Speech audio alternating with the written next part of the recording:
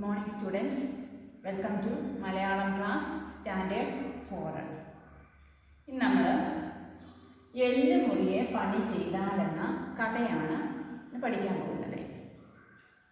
അധ്വാനം അഥവാ പരിശ്രമമാണ് ഓരോ വ്യക്തിയുടെയും ജീവിത വിജയമെന്ന് നമ്മൾക്കറിയാം. അലസന്മാരായിട്ടിരുന്നാൽ നമുക്ക് എന്തെങ്കിലും നേടുവാനായിട്ട് സാധിക്കുമോ? ഇല്ല. മടിയന്മാരായിട്ടിരുന്നാൽ ഒന്നും സാധിക്കുകയില്ല. അപ്പം അധ്വാനവും പരിശ്രമമാണ് നമുക്ക് ആവശ്യമുള്ളത്. അപ്പം മക്കളെ അധ്വാനത്തിൻ്റെ വഴിയിലേക്ക് നയിച്ച ഒരു പിതാവിൻ്റെ കഥയാണ് നമ്മൾ എല്ല് മുറിയെ പണി ചെയ്താലെന്ന പാഠത്തിലൂടെ പഠിക്കുന്നത്. ഇപ്പോഴത്തെ കാലത്ത് എളുപ്പ വഴിയിൽ ധനവാന്മാരാകുവാനായിട്ട് ആളുകൾ ശ്രമിക്കാറുണ്ട്. അവർ നിധി തേടി പോവുകയാണ് ചെയ്യുന്നത്. അപ്പോൾ നമ്മൾ എല്ല് മുറിയെ പണി ചെയ്താൽ എന്താണ് നമുക്ക് ലഭിക്കുന്നതെന്ന് നമുക്ക് ഈ കഥയിലൂടെ ഒന്ന് നോക്കാം. അപ്പം എല്ലാവരും പുസ്തകമെടുത്തേ, നമുക്ക് കഥയൊന്ന് വായിക്കാം. ടീച്ചർ വായിക്കുമ്പോൾ നിങ്ങൾ ശ്രദ്ധിച്ചിരിക്കും. എല്ല് മുറിയെ പണി ചെയ്താൽ. ഈ പാഠത്തിൽ ഒരു കർഷകനും അദ്ദേഹത്തിൻ്റെ 4 മക്കളുമാണ് കഥാപാത്രമായിട്ടുള്ളത്. കർഷകൻ നല്ല അധ്വാനശീലനായിരുന്നു. കാർഷിക വൃത്തിയുടെ മഹത്വം അറിയാവുന്ന വ്യക്തി. തികഞ്ഞ ബുദ്ധിശാലിയുമായിരുന്നു അദ്ദേഹം. എന്നാൽ മക്കളുടെ സ്വഭാവം തിരിച്ചായിരുന്നു.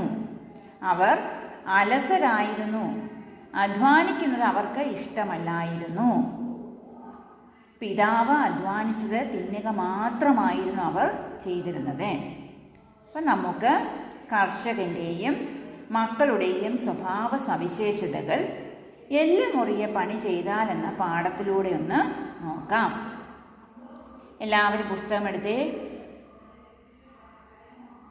കാഫലം തീരെ കുറഞ്ഞ തെങ്ങുകളെയും കവുങ്ങുകളെയും നോക്കി അദ്ദേഹം ഇരുന്നു.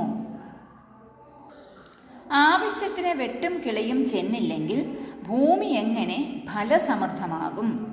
അപ്പം അദ്ദേഹത്തിൻ്റെ തെങ്ങുകളിലും കവുങ്ങുകളിലും കാഫലം തീരെ കുറവാണ്, അല്ലേ? കാഫലം എന്ന് പറഞ്ഞാൽ കായ്ക്കുന്നത് തീരെ കുറവാണ്. എന്തുകൊണ്ടാണ്? ആവശ്യത്തിന് വെട്ടും കിളയും ഭൂമിയിൽ ചെന്നെങ്കിൽ മാത്രമേ തെങ്ങും കവുങ്ങും ഒക്കെ നന്നായി കായ്ച്ചു വരികയുള്ളൂ. വാർദ്ധക്യം ബാധിച്ച അദ്ദേഹം വയസ്സായി, അല്ലേ? വാർദ്ധക്യം ബാധിച്ച അദ്ദേഹത്തിന് നന്നായി പണിയെടുക്കാൻ ഇനി ആവുകയില്ല. പുരയിടത്തിൽ ഒന്ന് നടന്നു നോക്കാൻ പോലും ക്ഷീണം കൊണ്ട് കഴിയുന്നില്ല. മുതിർന്ന ആരോഗ്യമുള്ള 4 ആൺമക്കൾ അദ്ദേഹത്തിനുണ്ട്. 4 പേരെയും വളർത്തിയത് കൃഷിയിൽ നിന്നുള്ള വരുമാനം കൊണ്ടാണ്. അപ്പം നമ്മുടെ കർഷകന് 4 ആൺമക്കളാണുള്ളത്. 4 മക്കളെയും വളർത്തിയത് എങ്ങനെയാണ്? കൃഷിയിൽ നിന്നുള്ള വരുമാനം കൊണ്ടാണ്. പറഞ്ഞിട്ട് എന്ത് കാര്യം? 4 പേർക്കും കൃഷിയിൽ യാതൊരു താല്പര്യവും ഉണ്ടായിരുന്നില്ല. നന്നായി തിന്നണം, നന്നായി ഉറങ്ങണം, കൂട്ടുകാരുമൊത്ത് രസിച്ച് നടക്കണം എന്നും അവരുടെ ജീവിത രീതി ഇങ്ങനെയായിരുന്നു. അപ്പം നമ്മുടെ കർഷകൻ്റെ 4 മക്കളുടെയും ജീവിത രീതി എങ്ങനെയായിരുന്നു? നന്നായി തിന്നണം, നന്നായി ഉറങ്ങണം, കൂട്ടുകാരുമൊത്ത് കളിച്ച് രസിച്ച് നടക്കണം. ഇതായിരുന്നു അവരുടെ ജീവിത രീതി. ഒരു പണിയും അവർ ചെയ്തിരുന്നില്ല. തൻ്റെ കാലം കഴിഞ്ഞാൽ ഇവരെങ്ങനെ ജീവിക്കും? അപ്പോൾ അച്ഛന് ഭയങ്കര സങ്കടമായി, അല്ലെ? വിഷമമായി. എന്തുകൊണ്ടാണ്? ഇവർ പണിയൊന്നും ചെയ്യാതെ എങ്ങനെ ജീവിക്കും? അദ്ദേഹം മരിച്ചു കഴിഞ്ഞാൽ പിന്നെ ഇവരെ എങ്ങനെ ജീവിക്കും? ഇതായിരുന്നു ആ കർഷകനെ എന്നും അലട്ടിയിരുന്ന പ്രശ്നം. അലട്ടുക എന്ന് പറഞ്ഞാൽ വിഷമിപ്പിക്കുക. കൃഷി കാര്യങ്ങളെക്കുറിച്ച് മക്കളോട് എന്തെങ്കിലും പറയാമെന്ന് വെച്ചാൽ കേൾക്കാൻ പോലും അവർക്ക് താല്പര്യമുണ്ടായിരുന്നില്ല. ഒരു നാൾ അസുഖം ബാധിച്ച് കർഷകൻ കിടപ്പിലായി. അവശത നാൾക്ക് നാൾ അദ്ദേഹത്തിന് വർദ്ധിച്ചു. മക്കൾ 4 പേരും അടുത്തുണ്ട്. കണ്ടോ? അദ്ദേഹം കിടപ്പിലായി. മക്കൾ 4 പേരും നല്ല വലിയ മക്കളാണ്. അവർ 4 പേരും അദ്ദേഹത്തിന് അടുത്തുണ്ട്. ഒരു പണിയും ചെയ്യാതെ ആണ് അവർ ജീവിച്ചിരിക്കുന്നത്. ഓക്കെ. പിതാവ് കിടപ്പിലായതോടെ വീട്ടിലെ സുഖ സൗകര്യങ്ങൾ കുറയുന്നതായി അവർ അറിഞ്ഞു. അധിക നാൾ കഴിയേണ്ട പട്ടിണി വീട്ടിലേക്ക് വരാനെന്നും അവർ തിരിച്ചറിഞ്ഞു. വീട്ടിൽ വിൽക്കാനുണ്ടായിരുന്ന സാധനങ്ങൾ പലതും അവർ വിറ്റു. ഇരുന്നുണ്ടാൽ കുന്നും തുലയുമല്ലോ എന്ന് പറഞ്ഞാൽ എന്താണ്? അതൊരു ശൈലിയാണ്. അതായത് ഒരു ജോലിയും ചെയ്യാതെ കറങ്ങി നടക്കുന്നതിനെയാണ് ഇവിടെ പറയുന്നത്. പിന്നെയും പട്ടിണി അവരുടെ മുമ്പിൽ കലിതുള്ളി. അധ്വാനിക്കാൻ അല്പവും മനസ്സില്ലാത്ത അവർ പിതാവിൻ്റെ കിടക്കയ്ക്ക് ചുറ്റും കൂടി നിന്നപ്പോൾ പതിഞ്ഞ സ്വരത്തിൽ അദ്ദേഹം പറഞ്ഞു, മക്കളെ, എനിക്കിനി ഏറെ നാളുണ്ടെന്ന് തോന്നുന്നില്ല. മക്കളെ, ഞാനിനിയും അധിക നാൾ ജീവിച്ചിരിക്കില്ല.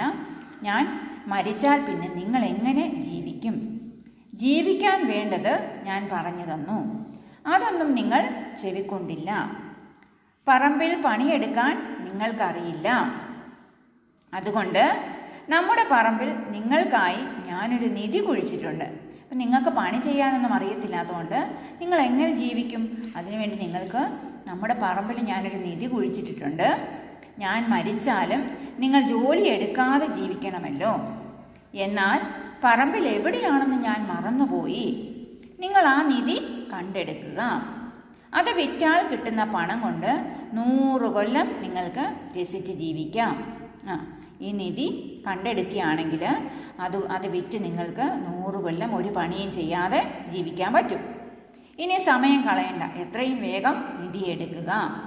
മറ്റാരും അറിയരുത്, നിങ്ങൾ തന്നെ കിളച്ചെടുക്കണം. പിതാവിന് തങ്ങളോടുള്ള കരുതലോർത്ത് അവർ സന്തോഷിച്ചു. അന്ന് തന്നെ നിധി കുഴിച്ചെടുക്കാൻ അവർ തീരുമാനിച്ചു. 4 പേരും പറമ്പിൻ്റെ 4 വശത്തു നിന്നും കുഴിച്ചു തുടങ്ങി. ആർക്കായിരിക്കും നിധി ലഭിക്കുക? വൈകുന്നേരമായിട്ടും നിധി ലഭിച്ചില്ല. പിറ്റേന്ന് പ്രഭാതത്തിൽ തന്നെ അവർ പുരയിടം കിളച്ചു തുടങ്ങി. അന്ന് വൈകുന്നേരമായി നിധി ലഭിച്ചില്ല.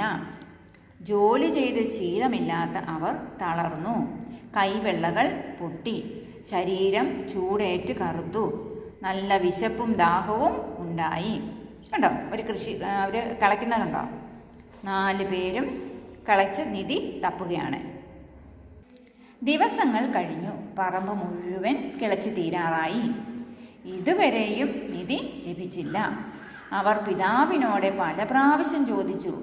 അദ്ദേഹം കണ്ണും കൈയും ഇളക്കിയതല്ലാതെ ഒന്നും മിണ്ടിയില്ല. അദ്ദേഹത്തിനൊന്നും പറയാൻ മേല. എന്തോ കൈയും കാലും കണ്ട് അനക്കി, ഇങ്ങനെ കണ്ണും കൊണ്ട് അനക്കി കാണിച്ചതേ ഉള്ളൂ. നിരാശയും ദേഷ്യവും അവരെ പിടികൂടി. ഇനി എന്തു ചെയ്യും? അപ്പോൾ അവരുടെ പിതാവിൻ്റെ ഒരു പഴയ ചങ്ങാതി അതുവഴി വന്നു. ചങ്ങാതി എന്ന് പറഞ്ഞാരാ? കൂട്ടുകാരൻ അതുവഴി വന്നു.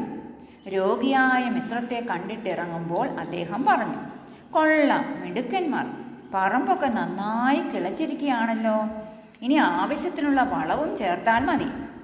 ഈ തെങ്ങും കവുങ്ങും കായ്ച്ചു തുടങ്ങും. കുറച്ച് നെൽവിത്ത് വിതയ്ക്കാം. ഉണ്ണാനുള്ള നെല്ലും കിട്ടും. വളവും വിത്തും ഞാൻ എത്തിച്ചു തരാം. നിധി തിരയാനാണ് കിളച്ചതെന്ന് അവർ പറഞ്ഞില്ല. വിത്തും വളവും എത്തി. എല്ലാം വേണ്ടതുപോലെ ചെയ്തു. ദിവസങ്ങൾ കഴിഞ്ഞു. പറമ്പിലെ ഫലവൃക്ഷങ്ങൾ മത്സരിച്ച് കായ്ച്ചു. ഇടവിളയായി നെല്ലും ലഭിച്ചു. പത്തായം നിറഞ്ഞു.